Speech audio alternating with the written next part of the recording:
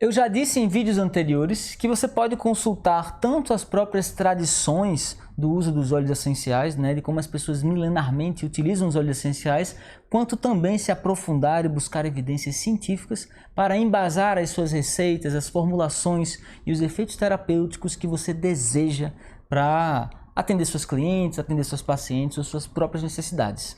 Mas como é que eu formulo minhas próprias receitas? E uma das perguntas mais comuns é, por exemplo, receitas específicas que nem sempre são, vamos dizer assim, terapêuticas. Por exemplo, repelentes de insetos. Como é que você formula receitas de óleos essenciais para repelentes de insetos? Você quer saber como criar formulações a partir de evidências científicas? Pois no vídeo de hoje eu vou mostrar como é que eu penso em fazer formulações de óleos essenciais contra insetos baseado em evidências científicas. Então fica comigo até o final para você aprender também como eu faço.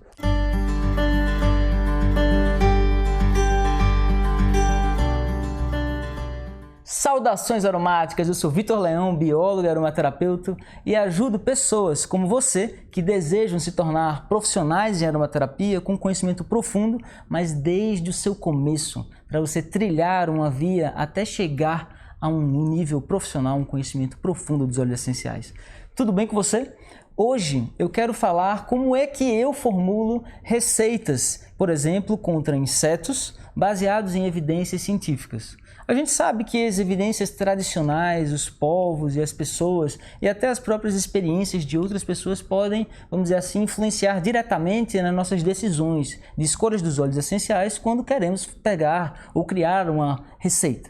Mas como é que você pode, a partir de evidências científicas, criar suas próprias formulações e ser cada vez mais independente e completamente autônoma para ser um poço de sabedoria e criar muitas receitas, uma verdadeira gama infinita de receitas possíveis baseado nas necessidades das suas clientes, das suas pacientes? Uma das perguntas mais comuns é: qual é o óleo essencial que é repelente de insetos, Vitor? E eu vou dizer para você, numa resposta muito sincera, é que depende. Depende, por quê? Porque depende do inseto, depende da situação, depende de qual forma de uso que você quer fazer. Concorda comigo que a forma de você vai utilizar, por exemplo, para prevenir um ninho de formigas na sua cozinha é diferente de uma formulação que você vai criar para ir numa trilha? É diferente, os ambientes são diferentes, as necessidades são diferentes, os insetos também são diferentes e por isso as formulações dos óleos essenciais escolhidos também precisam ser diferentes. Então a resposta mais sincera e mais assertiva que eu posso dar é depende. A gente precisa sempre saber quais são as reais necessidades das pessoas antes de criar as formulações. Criar receitas prontas, você provavelmente pode estar achando que é uma coisa boa, mas está induzindo a pessoa a fazer algo que não vai ter efeito e ela vai ficar achando que a aromaterapia não tem efeito, que a aromaterapia é isso mesmo, que as receitas que as pessoas passam não surtem o efeito desejado. Mas tudo isso acontece simplesmente porque você não está fazendo da maneira correta. Se você quiser atender as pessoas profissionalmente, você precisa pensar como um profissional. E é isso que eu quero te mostrar. Como é que eu procuro receitas com aromaterapia para fazer formulações? Eu não procuro em blogs, eu não procuro em sites, eu não fico procurando receitas prontas. O que eu procuro principalmente são as evidências científicas. O que a ciência diz sobre o assunto? Eu vou mostrar para vocês agora aqui a minha biblioteca, a biblioteca Gota Digital. Lá é um poço de sabedoria para mim, eu utilizo bastante. Eu acho que na verdade eu sou o maior utilizador da biblioteca, porque lá tem centenas de artigos científicos traduzidos por mim e por minha equipe, em que não traduzimos apenas os artigos literalmente, mas traduzimos eles de uma maneira acessível e adaptável para que qualquer aromaterapeuta profissional possa utilizar. E ela fica acessível, para as minhas alunas, por exemplo, elas adoram esses artigos, adoram ler, adoram acompanhar as novidades que aparecem mensalmente. Vamos lá dentro da plataforma. Aqui a biblioteca, você está conseguindo ver? Aqui, muito bom. Aqui você vê a procura, a busca dela. Vou escrever aqui repelente, já que é o que a gente está procurando.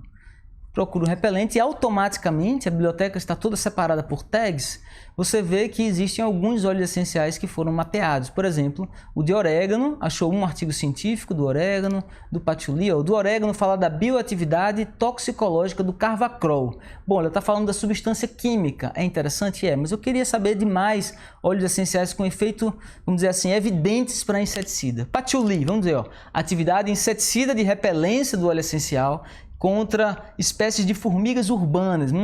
É de formigas ou é contra, sei lá, um mosquito? Porque se for mosquito, a formulação é diferente. Por exemplo, aqui eu achei no canela de cássia, a repelência da casca de Cinnamomum cassia e seus compostos contra Aedes aegypti. Então se for contra mosquito, já sei que a cássia pode ser bem mais estratégica.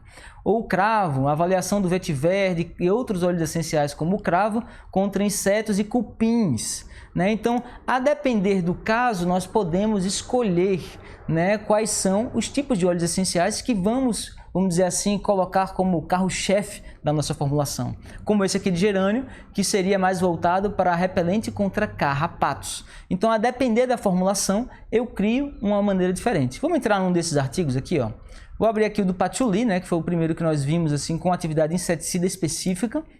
Eu clico aqui nele. Vamos ver dentro da plataforma.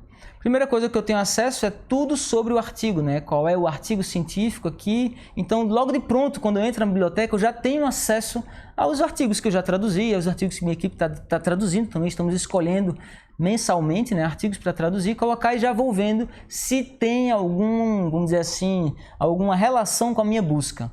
Então tem relação com a busca? Será que tem alguma espécie ou uma família de formiga específica?